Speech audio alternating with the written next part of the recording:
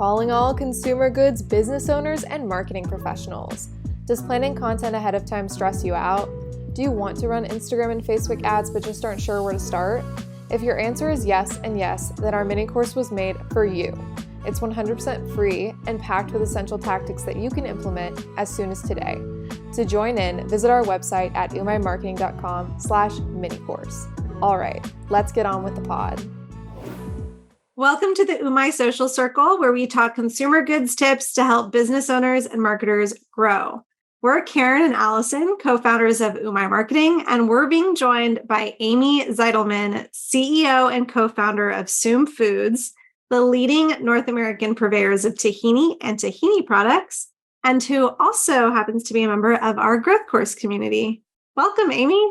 Thank you. Thanks for having me. Yeah, thanks for making the time. Well, we'd love to just get started by learning a little bit more about you. So how'd you get started? Why tahini? Yeah, great question. Well, I'm the youngest of three sisters, and my middle sister, Jackie, moved to Israel in 2008, shortly after we graduated high school. My oldest sister, Shelby, spent a year in Israel in 2011. And at the time, Jackie was dating her now husband, Omri. Omri has been in the tahina, as they say in tahina, in Israel, or tahini industry at this point for almost 20 years. And when Jackie and Omri were dating, Shelby got to know Omri and got to understand tahini better and really just started asking questions, which was, why was the tahini so much better in Israel? Why wasn't there good tahini available in the States? And also, what did we even really know about tahini there? And those questions really just started to frame a business idea. She pinged me, the youngest sister, just graduating from University of Delaware. I studied interpersonal communication, and I really brought some of the background that I got at UD into shaping our initial strategy and business plan for hopefully making tahini a more popular ingredient in the American market. So we spent a year and a half doing market research and really understanding the opportunity. And in May of 2013, we imported our first very small container of tahini and started selling it here in the Philadelphia area. Awesome. Well, I really want to know why is tahini so much better in Israel? I mean, it's better in Israel. It's better in Lebanon. The secret is in the seeds and also in the manufacturing processes. But similar to coffee or wine, the region where sesame seeds grow produce a different flavor profile, quality and consistency. And then, of course, there are roasting and pressing processes that longstanding manufacturers have perfected. And so the seeds that Soom currently works with are seeds from Ethiopia. They're called white Humera sesame, and they grow in the northwest Humera region of Ethiopia. And they're really coveted for their nutty flavor profile. It gives tahini a lot more versatility than tahinis that are made from sesame seeds from South America, Asia, India as well. And also ratio of oil to sesame meat, that plumpness of the sesame seed that makes for a really creamy and hopefully easily emulsified tahini product to use in your kitchens. That's amazing. And I have so many questions for you, but before we get too far, I have to share my special guest. I had this in my pantry. It's Soom's premium tahini. I did have the chocolate tahini, but it is all gone because that one is just, you can't stop once you start. It's so good. Well, I'm glad to see it. And yeah, our goal has really been to get tahini into every pantry across the country. That for us has meant from professional kitchens to, home kitchens. And we wanted to also educate the American market, not only of how they could use tahini at home, but its versatility. And that really lends itself to the sweet flavor profile, that nutty flavor profile, which set itself up nicely as an alternative to Nutella and other sweet spreads on the market in our chocolate spread. Yeah, absolutely. And y'all do a great job with recipe content across the board. It makes the product really easy to consume. And I love that y'all do that. But I want to go back to spending a year and a half on market research alone. Would you recommend other brands to do that and tell us, what you learned along that path? I think Yes and no. It really depends what another brand's goals are or timeline is. Being so young and coming straight out of college, I had the time to live in Israel for a year, go to Ethiopia actually twice in 2012 for the sake of it.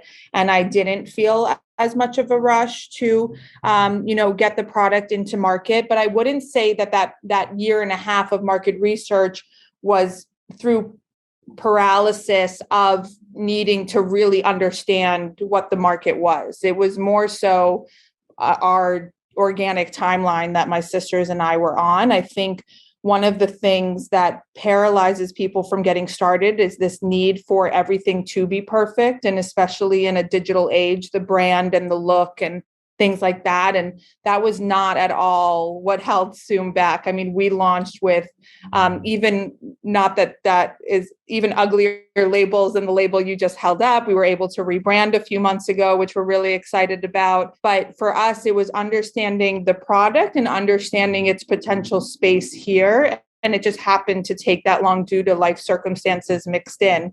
But I wouldn't say that there was anything special about doing that for longer. I think it's an ongoing process too. Market research, we should all always be getting feedback from our consumers and understanding what's resonating with them and what's working in our marketing strategy and in our product communication. And so that's just an ongoing thing that should happen forever for a brand. Yeah, completely agree. And I love that you stated the paralysis that can happen especially when starting a business. I mean, that's a huge leap for anyone. And, we're big fans of just trying to find that balance between the quality and like doing things right, but also just getting going. Because like you said, you have to learn along the way. So that's important, I think. Yeah, and there's something to it being like the least viable product, like the best quality that you can accomplish with your resources and still be putting the product into the market. I don't think that there's anything wrong with that as long as your business model is aligned with projecting that into, not even just projecting that, presenting that into into the realm of realities. But yes, I think that there's always opportunity to grow and to improve and to wait until you have this idea of perfection until you actually start doing something, you don't even know what that perfection could be, would ultimately just hinder anything from really getting off the ground. Yeah, absolutely. I mean, we're glad you did because we love the product. So thank you. Yeah. Well, talking a little bit more about that growth that you just mentioned and like getting going and actually growing, what has been one of your biggest wins in your business so far? Yeah. Well, we've had an omnichannel approach that might be different than other brands' expectations. I know it was different than what we set out when we started Soom, which was we wanted to get Soom onto every grocery store shelf immediately and into every person's pantry in their homes. And what we didn't realize were there were other channels and other industries where tahini was a viable product, a really, valuable product for the sake of growing a business and for contributing to that. And one of those industries was the restaurant industry. And so part of our market research stage, we were able to talk with an amazing chef and restaurateur here in Philadelphia. His name's Mike Solomonov with his partner, Steve Cook. And they own the Cook and Solo restaurant concept, in particular, a restaurant called Zahav, which won the James Beard Award for Best Restaurant in 2019. It's an Israeli restaurant. And at the time that we were starting Soom, we asked him also, what tahini are you using? And he said, I can't even name the brand. It's nothing special. It's not a very high quality. And having his opening into his kitchen, into his pantry, really facilitated the push that I think that we needed to get the product, over here and into distribution. So I think our biggest win following that was 18 months later, Mike actually launched a cookbook, published a cookbook called Zahav. And tahini was a big part of it. And he mentioned Soom specifically in that cookbook. And it really facilitated a huge leap in brand credibility and really initiated that influencer model that could happen organically for a brand like ours, which is a big part of brand strategy these days, almost 10 years later. That's awesome. I would love to hear more about how that initial connection came to be. Did you just do a cold reach out? Did you stop by the restaurant, or how did that happen? Yeah, exactly. My oldest sister, Shelby, had been living in Philly. She went to college here and knew the restaurant in its startup days through hosting happy hours there before it had become, the force that it had become.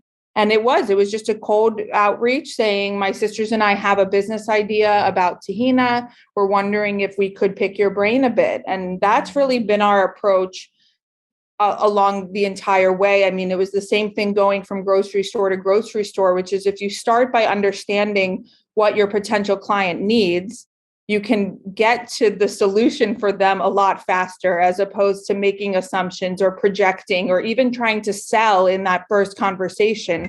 For me, my approach to developing those relationships and those pipelines towards, ultimately closing a deal is finding out what somebody's troubles are, what issues you can fix for them with the product that you're providing. And so we use that initial cold call and cold conversation. It's also my leading, spiel when I was at a farmer's market or demoing in the grocery store, more in real life, marketing opportunities than the digital world that we'll talk about a lot. But, asking somebody, are you familiar with tahini? And then just finding out what their baseline is for the product that you want to tell them about is just a great way so that you don't lose somebody by making the wrong assumption. That's so important. I love how you did that approach. Like, let me pick your brain, let me solve your problems. And just like you said, that goes into B2B, that goes into D2C. That's exactly how you market your brand with consumers, as well as how can we solve the problems and pain points that you're going through with my awesome product. So that's awesome. Thanks. Yeah. And I have to say that Soom has also been in a unique circumstance where there aren't a lot of other people selling tahini. There are definitely more now, but back then, almost 10 years ago, there weren't. And so there wasn't a lot of noise to have to cut through in order to become that known or go-to brand for the products once they found a place for it in their behaviors. Yeah, that's such a good point, and something that I think a lot of the small business owners come up against, especially when they're just concepting an idea. So what would be a good piece of advice to a founder that may want to, bring in a product that does already have competitors on the shelf? Oh God, I don't envy people that choose to do that. I always joke how lazy, I am, and me and my sisters are, for not having to compete on that level, say with bars or granola or fill in the blank of these more competitive categories. I think the most important thing that you can do is to find your point of differentiation. I know I'm guilty of it too, where somebody's demoing a bar and I say, how is this different than another bar? And if they don't have the answer quickly, then I'm not sure if I'm going to decide to make space for it, in my cart that day. But otherwise, I think finding allies and ultimately influencers that can help build your credibility faster than you might be able to is a way that Soom was able to kind of jump up a couple rungs as it related to just tahini's viability in the market, finding chefs of restaurants that talked about how great tahini was, but also specifically how great Soom was. We sampled with no intention or no expectation that they'd actually feature it, tahini, to so many bloggers and Instagram influencers. And this was 8 years ago. So I know that the market for all of that has changed tremendously, but putting the product into the hands of people that can facilitate a faster and further reach, I think is a great strategy for hopefully overcoming some of those obstacles or challenges.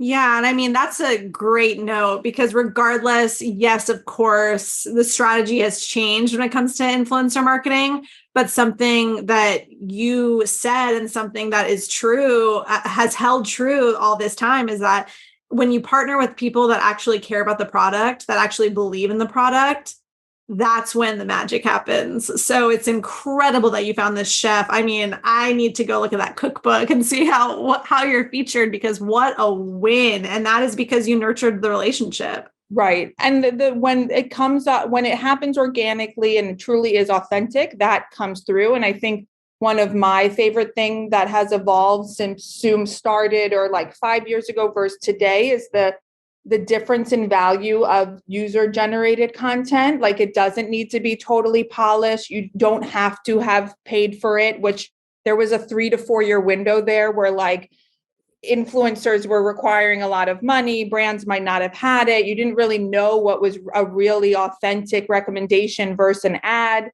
And all of that shifted tremendously. I mean, really, I think thanks to COVID and this idea that anybody can generate content, and I think it's become, and you two are the experts here, and I know I trust my marketing team for this, even more valuable to have a high volume of user generated content as opposed to curated or paid for influencer content. Spot on. That's so spot on. We preach constantly that lo-fi video or, still imagery is going to impact the end user, the consumer, so much more than a polished advertisement or creative in generally, because it's that realness. You want to be able to relate, and you want to, it builds trust and like social proof with brands. So I love that you brought that up, because that is something that so many, younger brands experience in their earlier days, that they're, saying, I don't have the budget to create these like super visual pieces of content, and I don't have the budget to do all these things. But, making those relationships or doing things yourself, or asking your friends and family to film things for you on their iPhone or Android, whatever, is super important and impactful and a lot cheaper. Totally. And I mean, we do recognize the fact that, especially as it relates to food, it needs to look appealing, right? Mm-hmm. Like I still don't post, even if I go to some of the best restaurants and the lighting is really dim. I'm like, I'm not going to post a picture of my plate right now because it doesn't actually look that good. But that's not to say that it has to be curated through a professional photo shoot either, by any means. But I think that there's a time and a place and a stage of growth where it's worth the resources to invest in really high quality content.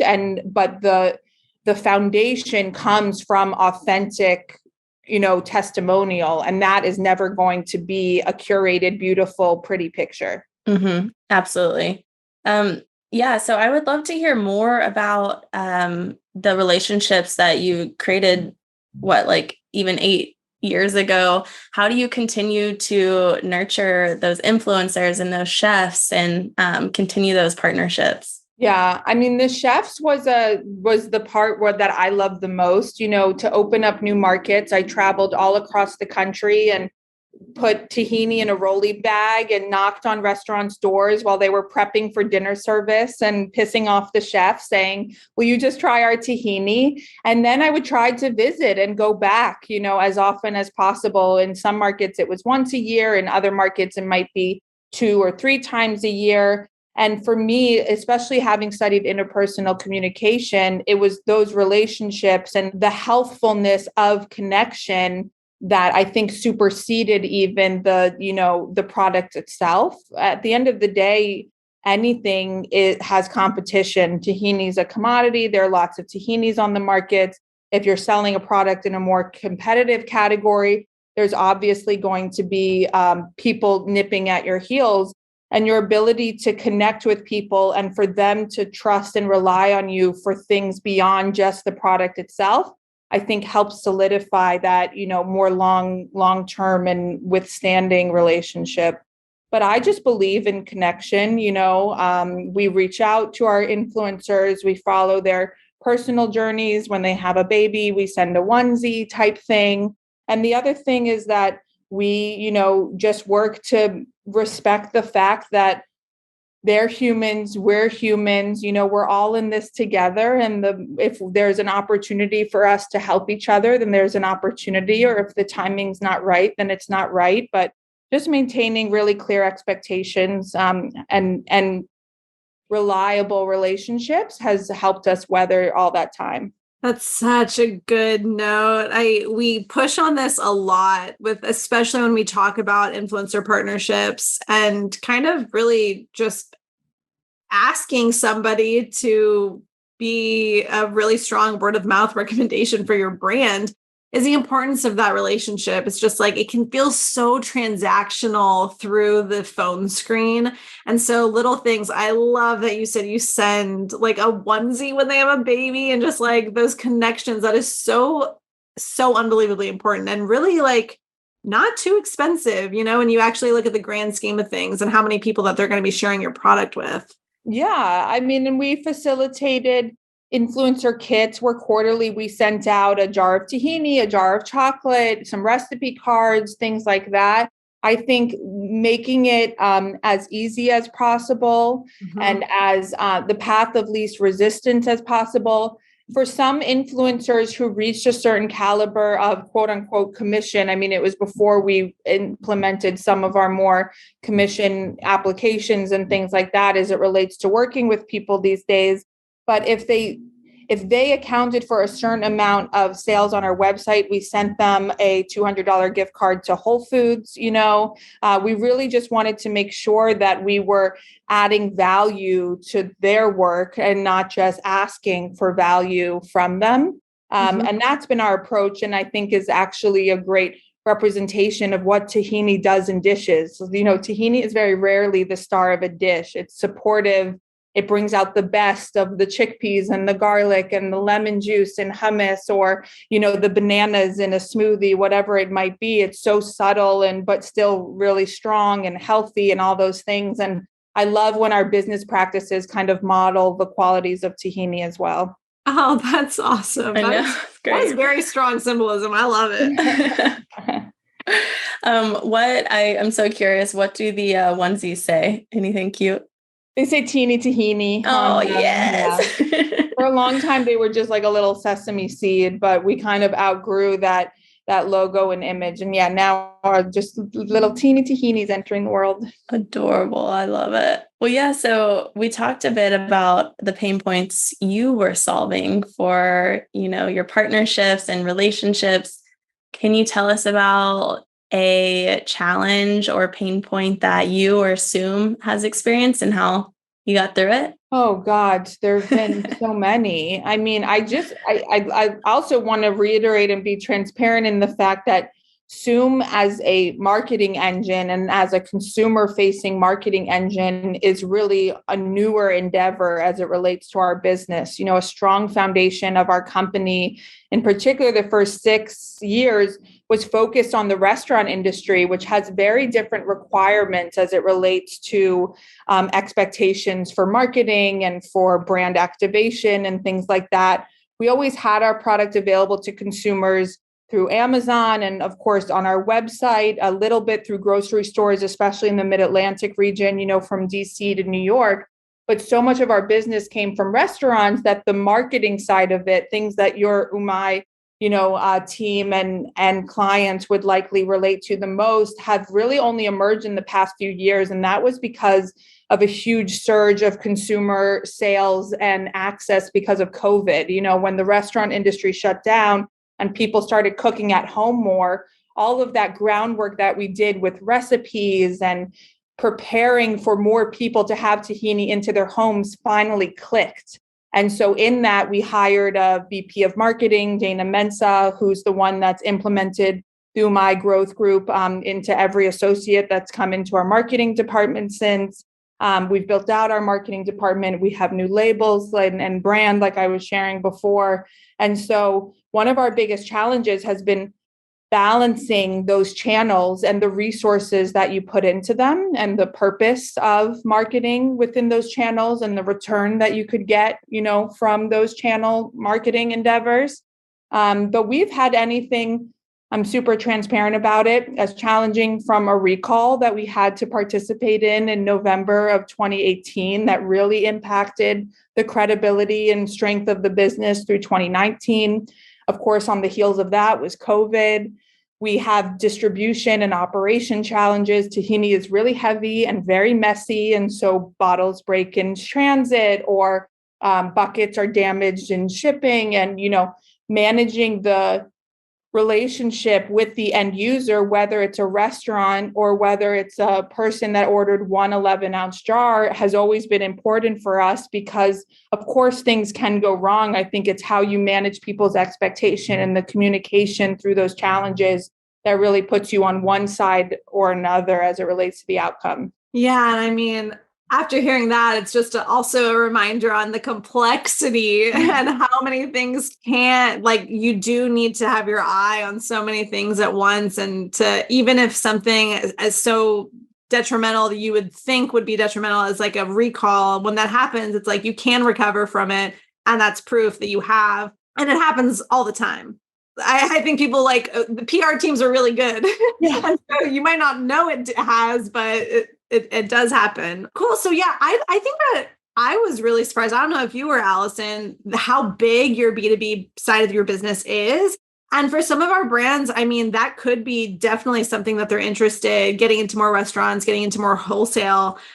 So how does that B2B channel differ from that D2C channel in terms of marketing? D2C takes a lot more time and costs a lot more money. I would say that the volume of consumers that you need to acquire is very resource intensive. And whether you're acquiring those people digitally through your website, through Amazon or third-party e-commerce at this point, or in the grocery stores, there's a lot more content and costs associated with that channel.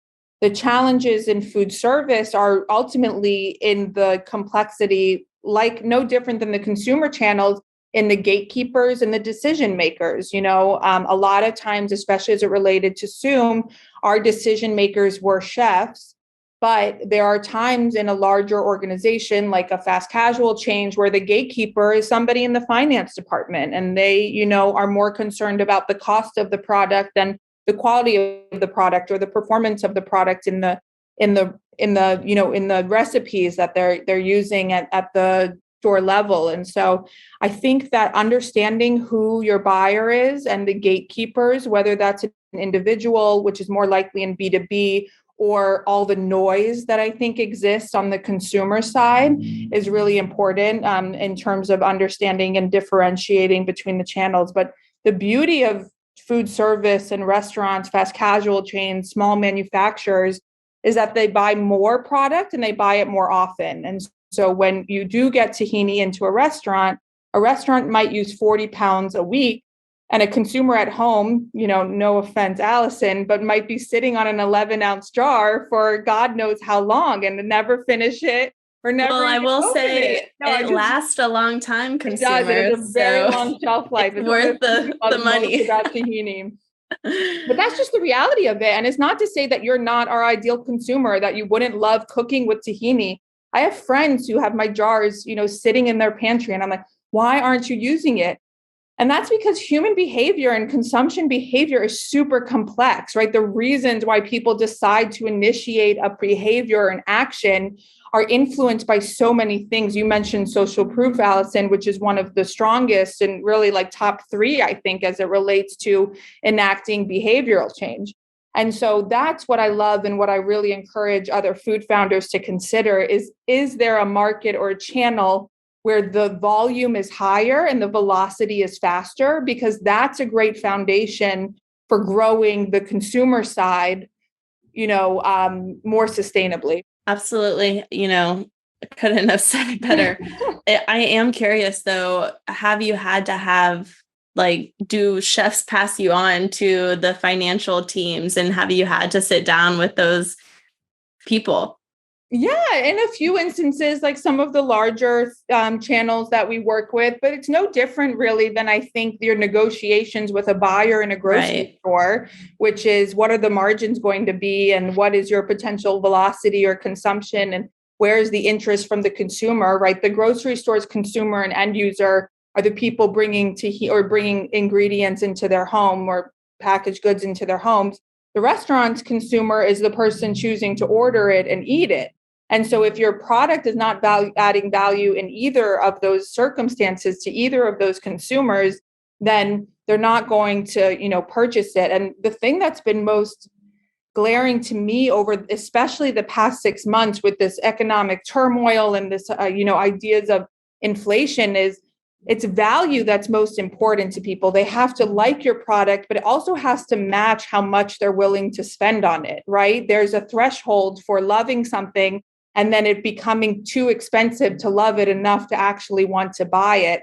And that was something that we were able to learn through the restaurant industry, because so much of it is also margin driven, as opposed to where you can kind of fluff around that or manipulate by focusing on a core consumer and maybe be able to kick that can down the road because your early adopters don't care how much it costs. Eventually, though, to reach the masses, somebody cares how much it costs, and it's in relation to how much value it adds to their lives. Right. And that's the reason I asked, is I'm just imagining the financial teams that restaurants be cutthroat, and even more so with, inflation, everything like that. So yeah, and not having the value, the taste buds of a chef. So just curious how, those conversations go and how you navigate them.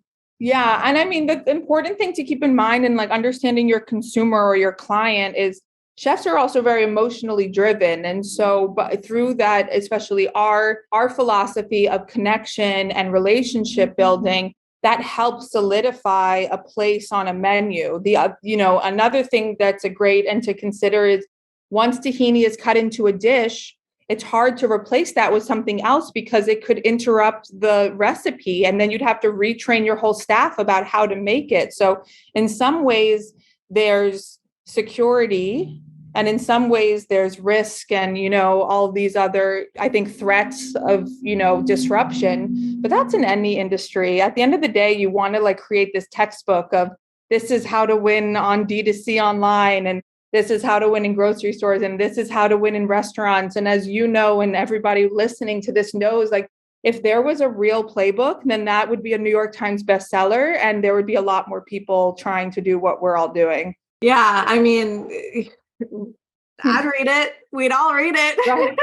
It's not to discredit what the UMAI growth course does. What my team loves about it are real world examples of what has worked for other people, but that doesn't mean it's going to work for you also, and I think having that perspective and having a team or a curation like what UMAI provides and be able to think about how does this apply to us and our product and our brand, or how might we be a little bit different, is so helpful in the onboarding of new strategies when there's a lot of noise going around about what really works or what you should be doing. So I know that's why our marketing team loves the growth course, is because of those real world examples and also just strategic concepts that are good to think about, as opposed to saying this is, 100% gonna get you there. Yeah. Beware of anybody who says that. Yeah, I was gonna say, wouldn't that be nice if we could be so bold? Exactly. Yeah. Well, while we're on the topic, we enjoyed our conversations with Dana and I believe Julie. Is that correct? Julie was on it was in it at first, and then we had Maya, and now we've just onboarded Diana, who, like I was sharing, part of our onboarding process for social media and communication associates is the growth course. So we've had several people within the organization take it. That is so exciting. That is exactly what we are hoping for it to be an ongoing resource for y'all. Because as things change and digital always changes, we will always be updating and providing other resources for y'all. So I love that you guys are hanging out and sticking around and being super active with it. That's awesome. Yeah, we really appreciate it. I pinged, I guess I slacked Diana before, and I said, what, she's the newest, so what do you like the most? And she said a variety of things, but in particular, there was an email marketing module with a downloadable PDF, and she loves the template for our email marketing strategy. So thank you for that. Woo. Yes.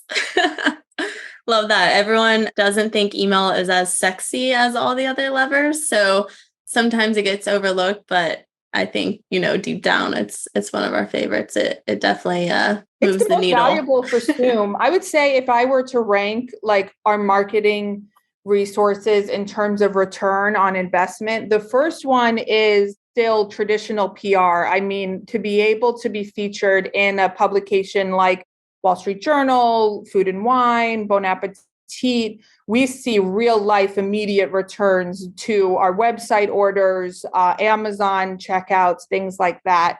The second one is email. I mean, we're able to, and granted, it's just harder to track as it relates to, the influencer and social media type content that's being put out. But as it relates to, for me as a CEO and not a marketing brain, I really covet and just love our email marketing channel. And we put a lot of our strategy and resources to it. So anytime we can improve that and improve its return is something that our marketing team is constantly strategizing about. Yeah, that's great to hear. And just to pull it back to how you're speaking on relationship building, I mean, you are arriving in someone's inbox, a consumer or, a fan's inbox, and you get to have that direct connection with them through email. And that's a pretty personal place to be. So yeah, I think it really ties nicely into your overall mission as a brand. Yeah, I also think when people choose to open your email, they're choosing to engage with you. How many emails do we all just delete every day? And not to say that everybody opens our emails. I'm not even sure what our open rate is these days, but the people that do are really engaged. And so providing them with appropriate and meaningful content is really important. And then obviously curating a larger email new list is it's the top priority, because that open rate will always be in relation to how many people are on the list. And so to grow that is very important at Soom right now. That's awesome. Love to hear it. You guys, watching y'all's growth is super exciting for us. So we love following along. Well, I guess the last question we have is, what would be your biggest piece of advice to a small CPG business owner who might be going through it right now? Oh, well, I love this. I have a 4-year-old son, but we watch Frozen a lot, and Frozen 2, and we watch Frozen 2 a lot. And there's a quote in Frozen 2 that it like hit me so hard when I was watching with him, which is, when you don't know what to do, just do the next right thing, right? Like, there's no way to know exactly what you need to do to get from A to Z, but you can figure out what to do to get from A to B and B to C and things like that. So that's my biggest piece of advice, I think, is just to focus on what you can control, appreciate, and manipulate and work on those small wins in the meantime, leading up to a larger goal. I also think setting intentions and writing down a 1-year goal and breaking that down into what needs to happen this quarter, and then beyond that, what needs to happen this month, and then what needs to happen this week to make sure that month piece is done, that quarterly piece is done, leading up to that one big or 2 or 3 yearly goals is a great way to tackle some of those more daunting projects. Love it. Yeah, absolutely can't handle anything unless I break it down. And I love that Frozen quote. I've not heard that before. Frozen 2. Frozen 2. Okay. We're going to need to pull that in. Well, Amy, thank you so much. I feel like there's a lot of great pieces of advice for, really any level CPG brand here. So thank you again for, giving us so much. And would you like to leave our listeners with how they can contact you or Soom? Sure. We can find all of our contact info on our Soom Crew page on our website. So that's soomfoods.com. You can find lots of recipes on tahini there. And I think the best 2 ways to follow and stay engaged, or maybe 3 ways, I should say: Instagram, LinkedIn now. It's amazing how that, I think, channel has shifted over the past year or 2. And then also on Facebook, we have a Soom Foodies group. So if you like food and you like tahini, it's a really fun, casual group to be in. So that's our real play on Facebook these days. Exciting. Well, we'll be sure and link all of that in the show notes for everyone to find. Thank you. Thanks, Amy. UMAI Social Circle is a CPG agency-driven podcast based out of Austin, Texas. We're excited to share more behind-the-scene insights, chats with industry leaders, and whatever else we learn along the way. Follow us on Instagram at UMAI Marketing or check out our website, umaimarketing.com. Catch you back here soon.